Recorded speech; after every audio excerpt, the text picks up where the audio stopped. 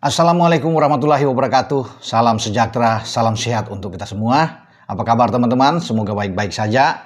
Ya, salam buat keluarga teman-teman dimanapun teman-teman berada. Tetap semangat dan kita akan bicara kali ini soal pertandingan yang berlangsung di IPL, Liga Premier Inggris, di mana semakin mendekati garis akhir. Ya, masih ada memang 7 pertandingan ke depan. Namun yang terjadi kemarin itu bagi Liverpool memang adalah sebuah pukulan. Padahal kalau mereka bisa menang melawan Fulham dalam partai tandang mereka di Craven Cottage, markasnya Fulham, tim asuhan Arne Slot ini semakin kuat, ya, semakin bagus untuk bisa mengunci gelar juara di akhir April ini saat akan bertarung di kandang di Anfield menghadapi Tottenham Hotspur. Tapi sayang justru Liverpool mendapatkan sebuah kejutan besar, kalah dengan 3-2 dari Fulham. Sempat unggul memang di menit 14 ketika tembakan geledek yang dilakukan oleh pemain asal Argentina maka Alexis McAllister menggetarkan gawang Fulham yang dikawal oleh Bernd Leno.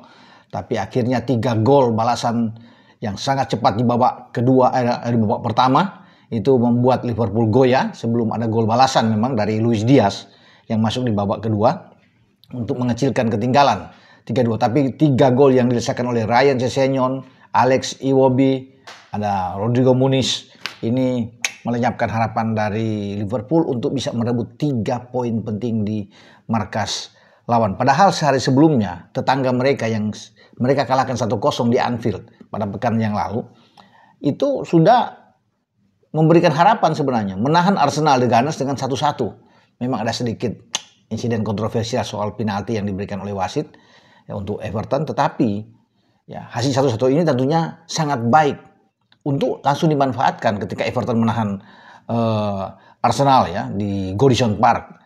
Arsenal lebih membuat gol lewat Leandro Trossard, tapi kemudian ada penalti yang terjadi di sana yang 1-1 ini memang memukul juga bagi Arteta. Tapi Arsenal tentunya bisa tersenyum karena kalau Liverpool menang ya akan lebih jauh ketinggalan mereka. Saya pikir dengan 14 poin akan sangat berat buat mereka untuk bisa mengejar. Sekarang ada 11 poin ya berselisih. Itu enak sebenarnya ya kalau bisa dikatakan di sini bagi Arsenal, karena Arsenal masih punya harapan setidaknya untuk bisa memainkan pertandingan-pertandingan ke depan ya di pekan ke-32, 33 mereka bisa memanfaatkan laga-laga yang krusial ya, termasuk menghadapi Ipswich ya, menghadapi Crystal Palace, Brentford kalau mereka bisa menang, dan berharap Liverpool tergelincir di dalam beberapa pertandingan ke depan, karena Liverpool itu 3 pertandingan ke depan sebelum sampai di akhir April ini yang saya bilang terakhir melawan Tottenham. Kalau mereka menang melawan Fulham dan mereka bisa mengunci pertandingan lawan Spurs, tapi sayang mereka itu harus bekerja keras lagi sekarang dengan kekalahan dari Fulham. Ya, keunggulan memang 11 poin, mereka 73 poin. Kemudian Arsenal dengan 62 poin.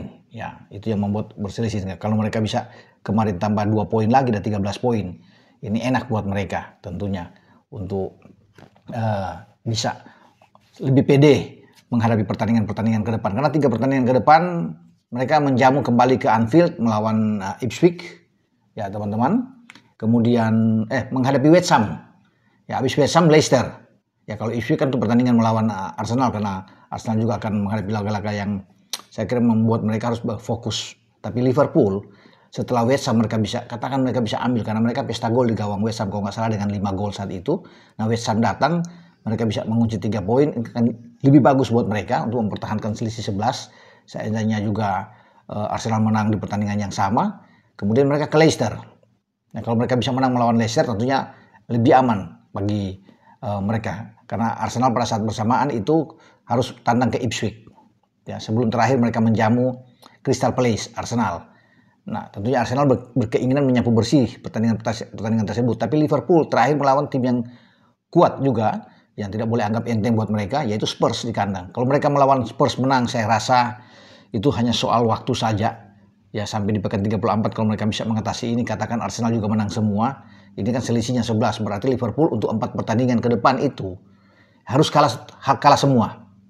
Arsenal harus menang semua. Ini hanya keajaiban saja kalau Liverpool sama-sama sampai di akhir April ini mengolesi sama poin, selisih 11, dan kemudian 4 pertandingan ke depan mereka harus tumbang semua, tidak akan mungkin terjadi. Karena di sana masih ada 2 kandang buat mereka bagi tim asuhan Arne Slot ini, dan mereka bisa mengatasi itu. Memang sayang lawan Fulham mereka tidak dapatkan, tapi oke, Liverpool tidak boleh berlarut-larut untuk bersedih dengan kekalahan ini. Kekalahan kedua mereka pada musim ini setelah di kandang sendiri mereka dikalahkan oleh Nottingham Forest dengan 1-0 saat itu sebelum kalah lawan Fulham.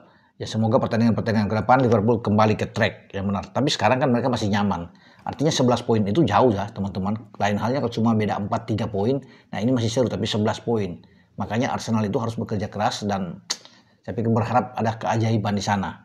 Untuk bagaimana Liverpool tergelincir terus di pertandingan-pertandingan sisa. Karena 7 pertandingan ini kan berat juga, Liverpool masih ada 4 kandang. Ya. Nah di pertandingan yang lain saya pikir sudah agak sulit ya. Forest kalah dari Aston Villa. Forest memang paling dekat dengan jarak Arsenal 5 poin berselisih. Tapi kekalahan lawan Aston Villa juga membuat mereka memang terkendala sulit untuk bisa bagaimana menyalip Arsenal. Tapi memang masih ada pertandingan ke depan yang harus dilalui ya, untuk urutan kedua dan ketiga ini masih oke lah dengan selisih 5 poin, walaupun itu saya bilang tadi berat. Sementara Chelsea juga ditahan oleh Brentford dengan 0-0 peringkat ke-4, dan City harus bermain dalam derby Manchester 0-0 ya di Old Trafford dengan tuan rumah Manchester United. Jadi itu yang agak tertahan di bawah itu di peringkat kedua, ketiga ya. Jadi Liverpool agak enak kalau bisa dilihat di sini. Namun tetap harus fokus, tidak boleh menganggap enteng untuk pertandingan-pertandingan ke depan bagi Liverpool. Nah, saya coba bergeser dari Inggris ke Italia. Di Serie A, Jay Ices yang memperkuat Venezia, ini kapten tim nasional kita dan juga kapten Venezia, gagal untuk bisa meraih kemenangan ketika mereka tandang markas Lecce dan hanya bermain 1-1. Ada gol bunuh diri pertama dari Lecce, sempat unggul tapi kemudian dibalas oleh Lecce 1-1. Nah ini juga semakin menyulitkan bagi Jay Ices dan teman-temannya untuk berharap bisa keluar dari zona merah, zona degradasi. Karena kan Venezia ini ada di peringkat 19 dengan 21 poin. Ya di paling bawah tentunya ada Monza. Nah ketika mereka tidak mampu mengalahkan Lecce ini ya, membuat mereka itu seperti harus bertarung keras, walaupun Jay Ices masih berharap bahwa mereka bisa keluar dari zona degradasi. Tapi dengan sisa pertandingan 7 pertandingan ke depan ini semakin sulit. Nah menariknya pertandingan nanti melawan Monza kan ada di papan bawah dua-duanya. Nah mereka harus menang ketika bermain di kandang mereka. Menang melawan Monza ini enak tentunya, membuka harapan. Karena setelah itu Jay Ices dan kawan-kawan harus ketemu dengan Empoli. Ya, dengan Empoli 3 pertandingan ke depannya akan mereka hadapi. Nah baru Venezia terakhir itu akan jumpa dengan AC Milan, tim yang sangat kuat. Jadi kalau mereka paling tidak mengalahkan Monza dan mengalahkan Empoli itu bagus. Kemudian berharap juga bisa menang melawan AC Milan. Dengan kemenangan ini memang terasa memang agak berat, tapi bisa dilakukan itu karena melawan Milan di kandang. Ya paling-paling seri juga sudah bagus buat Venezia, buat Jay Ices. Dan Jay Ices kembali dipasang oleh Eusebio Di Francesco, pelatih dari Venezia itu, sebagai pemain utama, selalu tidak tergantikan karena dia kan kapten. Ya, dengan siapapun pasangan dia bermain dengan 3 back, tetap Jay Ices adalah pemain yang ditaruh di posisi back tengah dan tidak tergantikan.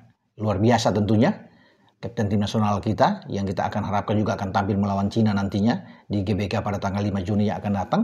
Dan dengan terus bugar bagi Jay Ices, saya pikir ini akan bagus buat kita. Ya semoga Jay Ices ke depan tidak mengalami cedera teman-teman.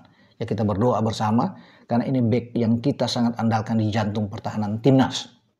Kalau dia ada, semua akan percaya diri di lapangan, termasuk siapapun kiper. Karena kita tidak punya Martin Paes nantinya, ada Emil Audero.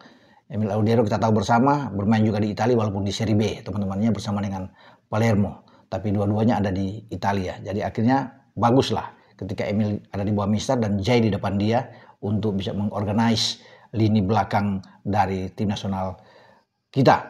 Nah itulah teman-teman review yang bisa saya sampaikan ya di sini di IPL. Masih seru di antara posisi papan 2, 3, dan 4 untuk bisa masuk di zona Champions. Tapi Arsenal harus kerja keras untuk bisa mengejar Liverpool dengan 11 poin dan menunggu keajaiban saja saya pikir ya, walaupun mereka kalah dari Fulham untuk ke depan.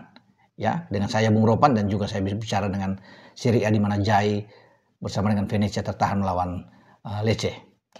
Ciao.